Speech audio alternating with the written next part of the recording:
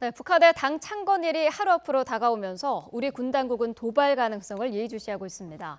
이런 가운데 북한 노동당이 대규모 인사 개편을 단행해 김정은 친정체제를 꾸렸는데요. 자세한 내용 짚어보도록 하겠습니다. 차도현 아산정책연구원 개관연구위원, 김대영 한국국가전략연구원 연구위원과 함께 살펴보겠습니다. 안녕하십니까? 네, 안녕하십니까? 네. 자, 먼저 노동당 인사 개편 내용부터 좀 네. 살펴보겠습니다. 김정은의 여동생이죠. 김여정이 정치국 후보위원으로 이제 전격적으로 발탁이 됐는데 먼저 네. 정치국 후보위원 이 자리가 어떤 자리입니까? 네, 일단 북한에서 최고 실권이 있는 자리는 공산당, 즉 그 조선노동당이죠. 네. 이 노동당의 최고 정책 결정 기구는요, 당 대회예요. 네. 근데 이게 보통 이제 당규약에 따르면은 그 이 5년 내지 10년에 한번 열리게 돼 있습니다. 근데 뭐 그동안 이 7차 당대회도 몇십 년 만에 열릴 정도로 굉장히 간격이 길었거든요. 네.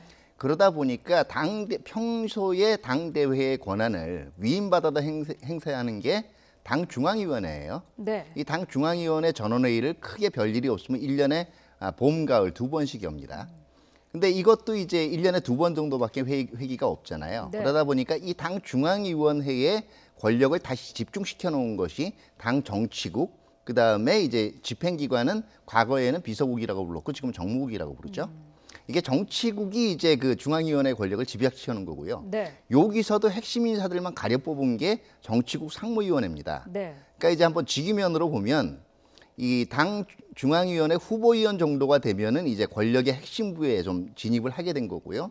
정의원이 되면은 이제 뭐 이 명실상부하게 북한 내에서는 이런 거 얘기하면 좀 이 어깨에 힘 좀 준다 그러는 축에 들죠. 네. 당 정치국 그 후보위원이 되면은요.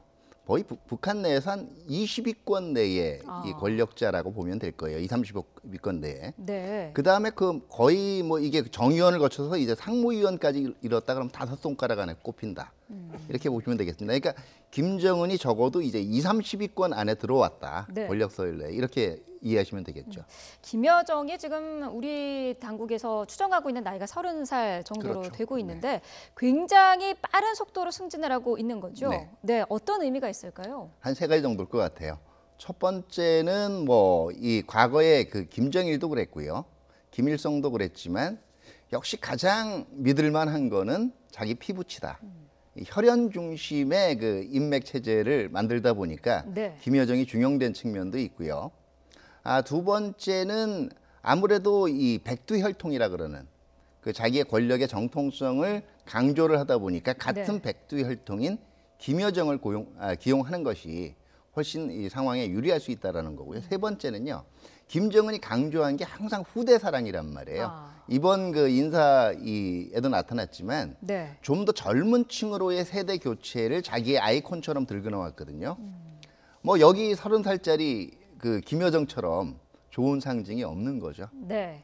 자, 한 명이 더 파격적인 인사로 주목을 받고 있는데 최룡해입니다. 최룡해는 당 중앙위 부장으로 이제 임명이 됐는데 기존에 6개의 감투를 쓰고 있었는데 2개가 더 늘어났다고 해요. 예, 그렇습니다. 사실 뭐 이번 인사의 키워드를 좀 간략하게 좀 소개를 하자면 사실 네. 피부치와 이제 빨치산 후손들이라고 할 수 있겠는데요. 네.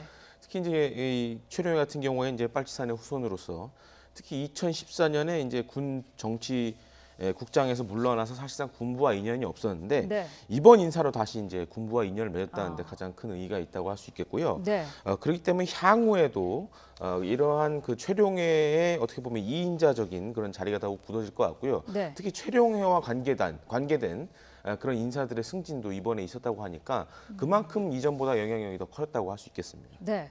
그리고 핵 미사일을 개발한 그 실세들이 대거 또 발탁이 됐는데 네. 핵 개발의 의지를 더 공고히 하고 있다라고 보면 되겠죠. 그렇죠. 뭐 대표적인 게 이병철, 네. 리병철이죠. 북한이 발음은 리병철 군수공업부 그 이 제일 부부장이 네. 또 여전히 굳건하게 자리를 지키고 있고 3인방들이 전부 이제 권력 핵심부에 진입을 했어요. 그러다 보니까 결국은 김정은이 얘기했던 병진 정책, 네. 다시 말해서 핵 미사일 개발과 경제 개발의 병진 정책은 앞으로도 변함없이 지속될 것이다. 이런 그 의지를 과시했다라고 볼 수가 있고요. 네. 사실 어떻게 보면 이번 그 전원회의가 그렇게 파격적인 건 아니에요. 갑자기 예정된 행사도 아니고 제가 이미 말씀을 드렸지만 1년에 2번 열리는 그 이 전원회의를 이제 하면서 인사 개편을 같이 한 것뿐이거든요. 네. 그리고 북한에서의 권력 이 변동의 특징이라는 거는요. 미래를 예측하기도 했지만 그동안 해온 거를 확인하는 자리이기도 해요. 그렇기 때문에 김여정이 이제 앞으로 중요한 일을 할 것이다 이런 의미도 있지만 네. 이미 그동안 알게 모르게 김정은의 일종의 백업 역할로 상당히 이 중요한 역할을 나름대로는 해왔다. 네. 이런 해석도 가능한 거죠. 네. 이번 인사로 김정은의 친정 체제를 완벽하게 구축했다라는 평가가 나오는데요. 어떤 의미로 보십니까? 사실 뭐 친정 체제 구축은 이미 집권하면서 어느 정도 이제 달성을 했지만은 네. 이번엔 이걸 다시 한번 이제 공고화시키는 그런 계기로 이렇게 보여지고 있습니다. 네. 특히 이제 그 투톱이라고 할 수 있는 김여정과 그다음에 최룡해라는 이걸 보듯이 뭐 앞서 말씀드렸지만 이제 피부치와 빨치산 후손들밖에 정말 믿을 게 없다라고 김정은이 이렇게 생각을 하고 있는 것 같고요. 네. 그렇기 때문에 향후 이 두 인사들이 더 성장할 가능성도 있기 때문에 그런 부분 우리가 좀 주의 깊게 살펴봐야 될 것 같습니다. 네. 사실 몇 년 전까지만 해도 김정은 체제가 오래가지 못할 것이다. 붕괴 가능성을 언급하는 전문가들도 있었거든요. 네, 근데 저도 그랬어요. 사실은. 네, 이 정도 되면 상당히 공고하게 자리를 잡았다라고 볼 수 있는 거 아닌가요? 뭐 단기적으로는 공고가 됐다라고 볼 수가 있어요. 앞으로 네. 2, 3년 내에는 제가 볼 땐 김정은한테 심각하게 도전할 세력이 부상되지 않을 가능성이 큽니다. 그러니까 예상보다는 굉장히 빠르게 자기 자리를 잡았고요. 네. 지금 뭐 친정 체제 그 얘기가 이미 나왔지만 이미 장성택을 숙청하고 2015년에 군부를 적극적으로 다루면서부터 네. 김정은 친정 체제는 그때부터 구축이 됐다라고 봐야 되고요. 이번에는 그게 조금 더 젊어진 의미가 있어요. 네. 그렇기 때문에 이번 인사는 상당히 파격적이라기보다는 그동안 김정은이 해온 것의 일종의 마무리 작업이고요. 다만 이것이 중장기적으로도 안정적이냐는 조금 의문의 여지가 있다라는 거예요. 네. 왜냐하면 북한은 이 다른 이 국가들과는 달리 사회주의권 다른 국가들과 달리 여러 파벌이 있었던 그런 체제가 아니에요. 다시 말해서 파벌들끼리 서로 경쟁을 하면서 어느 파벌이 집권했다 이렇게 된 경우에는요. 누구 파냐 이런 게 굉장히 중요해요. 네. 북한은 백두혈통의 이 혈연계승에 의해서 수령이 계속 바뀌어왔기 때문에 쉽게 얘기하면 김정일파, 김정은파, 그다음에 김일성파가 따로 있을 수가 없다라는 거예요. 네. 그리고 김정은이 한 번도 김정일이나 김일성을 격하한 적이 없거든요. 그렇기 때문에 뭐 김정일 시대의 엘리트라고 해서 김정은에 대해서 충성도가 덜하고 뭐 김정은 시대에 발탁한 엘리트라고 해서 충성도가 더 뭐 몇 배는 더 셀 것이고 이렇게 보는 건 무리가 있어요. 오히려 취약한 거는요. 네. 과거의 김일성 시대에는 이 권력 이외에 뭔가 의리나 이런 걸로 설명될 수 있었던 응집 요인이 있었단 말이에요. 김일성 시대에서는 빨치산이었고요. 네. 그다음에 김정일 시대에는 김일성과 같이 반대파를 숙청하면서 그때 쌓았던 인맥들이 있어요. 김정은 주위에 모여 있는 인물들은요. 전부 권력이나 개인적인 이익을 중심으로 한 이익 연합체예요. 이거는 겉으로 볼 때는 굉장히 김정은이 잘 나갈 때는 공고하게 보여요. 네. 그런데 일단 이게 경제 제재나 어떤 정책상의 실패로 인해서 내부 균열이 생기고 책임의 문제가 발생하기 시작하면요. 충성도가 그대로 유지될 거라는 보장이 없어요. 이게 김정은 체제의 딜레마이기도 해요. 겉으로는 굉장히 공고한 듯이 보이지만 네. 자기 아버지나 할아버지 때와는 달리 이들한테 권력이나 이익을 보장해주지 못할 경우에는 충성심을 담보할 다른 요인들이 존재하지 않는 거죠. 차 의원님의 예. 말씀에 조금 더 이제 보태자면은 또 하나 이제 주목할 것이 사실 김정일 시대 때는 그 지금 장마당을 굉장히 이제 탄압을 했습니다. 반면에 이제 김정은 시대 들어서는 이 장마당을 활성화했고 특히 네. 이제 주목할 것이 장마당이라는 것이 어떻게 보면 이제 시장 경제의 일종이거든요. 그렇죠. 그렇기 때문에 이런 것들을 활성화해서 사실상 인민들의 삶을 좀 키웠다는 부분도 우리가 좀 주목해서 봐야 될 거고 특히 네. 이제 평양 같은 경우에는 뭐 스카이라인이 바뀔 정도로 그만큼 초고층 건물도 많이 생기고 했는데요. 이런 것들도 보면 사실 이 시장 경제적인 요소가 들어가 있습니다. 왜냐하면 이제 중국의 그런 대방이라는 물주로부터 이런 돈을 받아서 네. 건물을 짓고 그걸 이제 또 당이 어느 정도 가져가는 그런 시스템을 적용했기 때문에 네. 김정일 시대보다는 그래도 경제적인 측면에서는 뭔가 그래도 발전이 있었다는데 주목을 해야 될 것 같습니다. 그 김정은 체제 응집력을 강화시킨 요인 가운데 그 제가 생각했을 때 하나 중 하나라고 한다면은 핵 개발의 속도에도 있지 않을까라는 생각이 드는데요. 예, 그렇습니다. 특히 이제 김정은 시대 들어서 물론 이제 북한이 핵 개발을 김정은 시대 한 건 아니지만 그렇죠. 이전부터 김일성, 김정일 시대부터 해왔지만은 네. 어떻게 보면 김정은 시대 들으면서 훨씬 가속화가 됐고요. 네. 특히 이제 뭐 핵 경제 건설 병진 노선을 이제 주장하는 걸 보면은 그만큼 이제 북한의 입장에서는 핵은 이제 버릴 수 없는 카드고 특히 이제 북미 간에도 가장 큰 문제가 되고 있는 것이 사실 북한은 이제 자신들이 핵 보유국으로 인정받길 원하지만은 네. 사실 미국은 그걸 인정해 줄 수 없는 상황이기 때문에 사실상 이 북미 간의 대화도 이게 쉽지 않다라는 것이 현재 큰 문제라고 할 수 있겠습니다. 네, 핵 경제 건설의 병진 노선을 지금까지 전진시켜 온 게 옳았다. 앞으로도 변함없이 이 길로 가겠다라고 이제 천명을 했는데 그렇다면은 지금 이 국제적인 압박 속에서도 본인들의 그런 의지를 갖고 계속해서 가겠다라는 걸로 볼 수 있겠죠. 네, 그 의지는 그런데요. 논리적으로 이게 성립되지 않는다라는 게 문제예요. 네. 왜냐하면 국제적으로 제재하고 압박이 들어와도 우리가 고난을 견디자. 이제는 이런 얘기하기가 힘들어요. 왜냐하면 김정은이 약속한 거는 인민들한테 약속한 거는요. 핵도 개발해 나가지만 경제도 계속적으로 좋아지는 걸 만들겠다라는 거예요. 1, 2년은 인민들을 속일 수가 있어요. 네. 그 수치상으로 장부 조작을 해서 경제 성장률이 이렇게 나오고. 그런데 김대영 의원께서 말씀하셨지만 시장이 이미 커져 버렸단 말이에요. 자, 물가가 아무리 명목적으로 안 오르고 이런 거 얘기해도 우리도 시민들 체감 물가가 이게 아니다라고 얘기하면 조금 달라지지 않습니까? 네. 마찬가지거든요. 인민들이 시장에서 체감하는 그 도가 과연 계속 좋아져야 되는데 네. 국제적인 제재가 지속되는 상황에서 북한 경제가 화수분도 아니고요. 자, 경제는 경제대로 계속 발전을 하고 핵은 핵대로 이 발전시켜 나가겠다. 이 목표가 중장기적으로는 충족 가능한 목표가 아닌 거죠. 네. 이번에도 유독 그 자력갱생을 강조를 했는데 그동안 국제사회가 해왔던 대북 그 경제 제재가 그렇다면 효과를 어느 정도 발휘하고 있다라고 볼 수가 있을까요? 물론 이제 효과는 발휘하고 있지만은 그게 그 북한에 미친 영향이 아직까지는 봤을 때 이제 적다고 보여지고요. 네. 이러한 이제 자력갱생 얘기를 하는 것은 어떻게 보면 향후 사실 모든 제재라는 것이 당장 효과가 나타나는 것은 아닙니다. 좀 시간이 걸리기 때문에 네. 그러한 것을 대비해서 미리 이제 이러한 포석을 깔아놓고 우리가 자력 경쟁에서 살아야 된다라는 것을 이제 북한 인민들에게 강조를 하는 것이고요. 네. 아무래도 이제 당대회가 있으니까 이런 부분에 있어서 강조를 통해서 체제를 좀 단합시키려는 그런 의도로 보여집니다. 네, 내일이 그 북한에서는 당 창건일입니다. 굉장히 72주년이죠? 중요한, 네, 굉장히 중요한 행사 가운데 하나인데 내일을 즈음해서 고강도 도발을 할 가능성이 꾸준히 제기되고 있는 상황이지 않습니까? 네, 뭐 배제할 수 없어요. 네. 배제할 수 없고 뭐 최근에 북한을 방북해서 러시아 방문단 입에서도 얘기가 나왔고요. 네, 뭐 누구도 단정할 수는 없습니다만 아직 아마 제가 보기에는 안보 국방 당국에서는 이와 관련된 임박된 징후는 아직 포착이 되지 않은 걸로 알려져 있고요. 네, 한 가지 분명하게 말씀드릴 수 있는 거는 아마 이번 주를 아무런 도발이 없이 넘어가거나 아니면 기존의 뭐 화성 12호 아니면 스커드 ER 같은 거를 발사하는 정도에 그쳤다라고 얘기할 경우에는 이건 아마 암시하는 바가 적지 않아요. 북한도 당분간은 시간이 더 필요하다. 더 발전된 능력을 보여주기엔 시간이 필요하다. 이걸 암시한다고 볼 수 있죠. 네. 그런데요, 그 러시아 그 방북단의 이야기를 들어보면은 북한이 미국의 서부 해안을 타격할 수 있는 수학적인 계산까지 굉장히 구체적으로 제시를 했다라고 해요. 이 부분은 어떤 의미를 짚어볼 수 있을까요?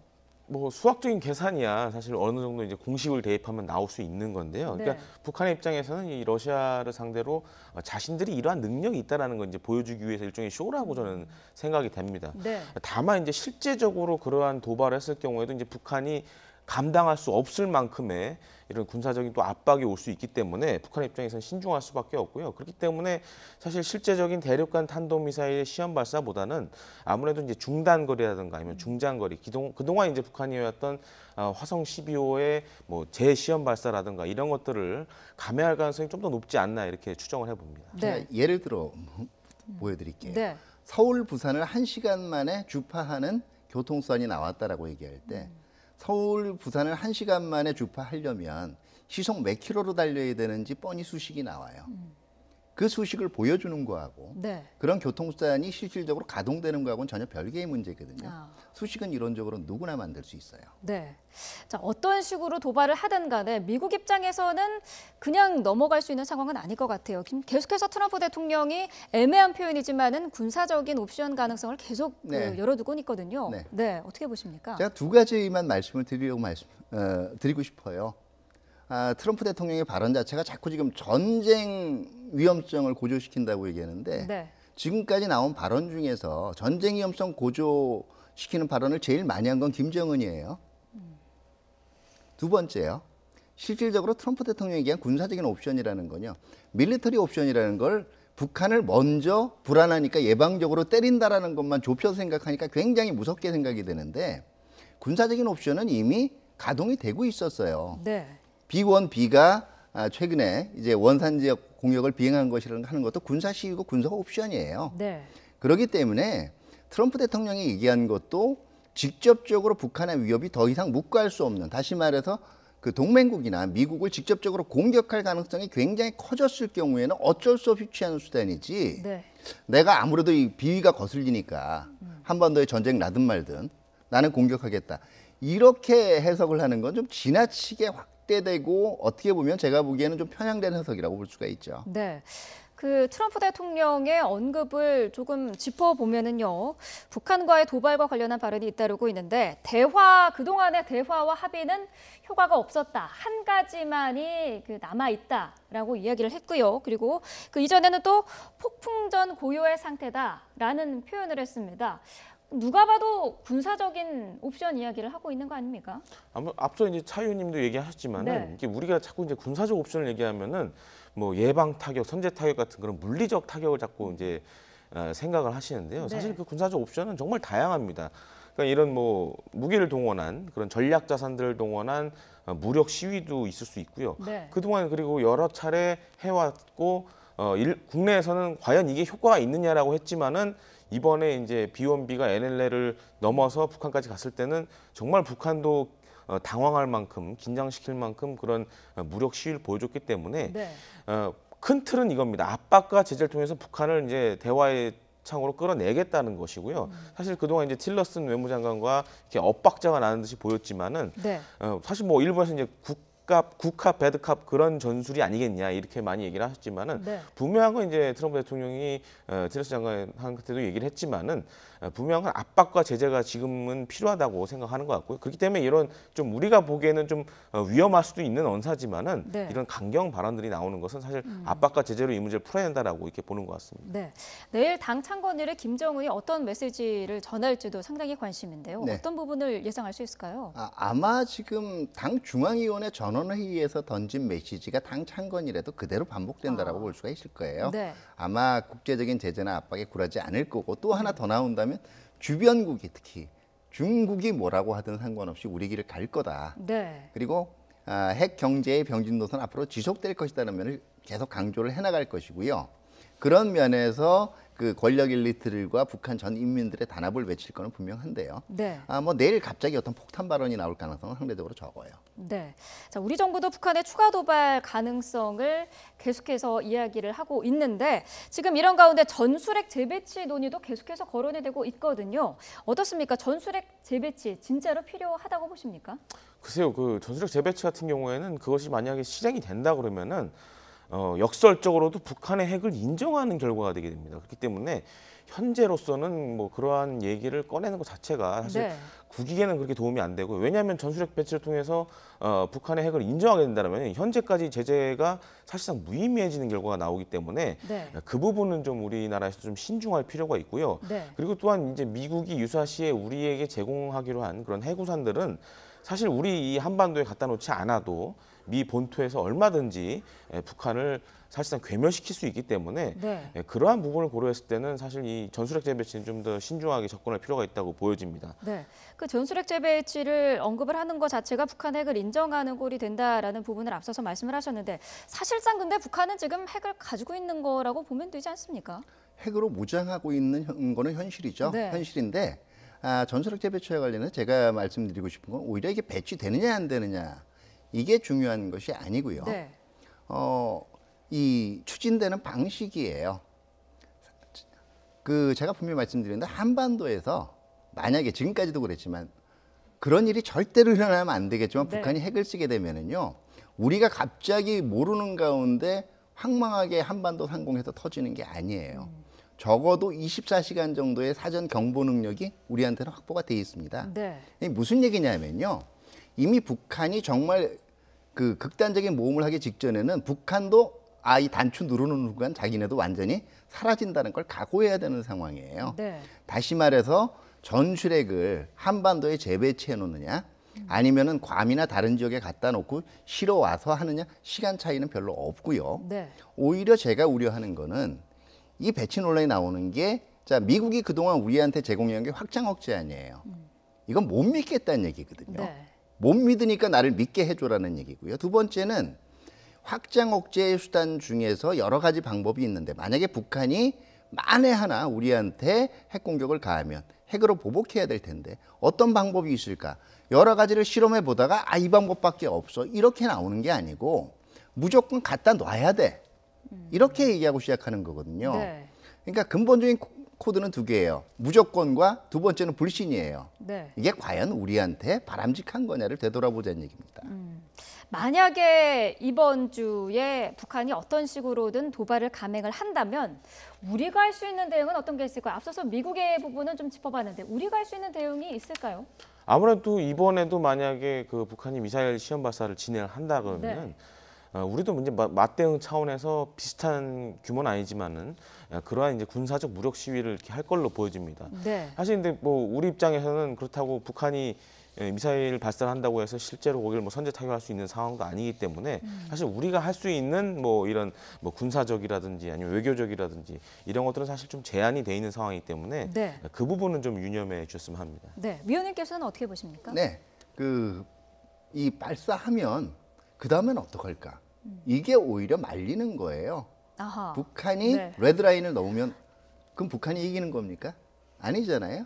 네, 두 번째가 북한이 시간이 무한정 많고 자원이 무한정 많아서 국제제재 계속 받아가면서도 레드라인 계속 넘어가면서 핵능력 늘릴 수 있는 여건도 아니란 말이에요. 네. 어느 순간에는 북한도 이미 숨에 차고 있을지 모르고 숨이 찬 거예요. 레드라인 넘으려면 넘어봐. 근데 넘었다고 해서 변하는 건 아무것도 없어. 제재는 계속 갈 거고 오히려 더 강해질 거고. 네. 그리고 우리 군사대비 태세도 그에 맞춰서 차곡차곡 진행될 거고 이런 메시지를 평양한테 공통적으로 전달할 수 있는 게 훨씬 더 중요하다는 거죠. 네, 알겠습니다. 자, 북한 노동당의 인사 개편 내용과 함께 내일로 예정된 북한의 당 창건일 도발 가능성까지 짚어봤습니다. 차도연 아산정책연구원 개관연구위원, 김대영 한국국가전략연구원 연구위원과 자세한 내용 살펴봤습니다. 오늘 말씀 감사합니다. 네, 감사합니다.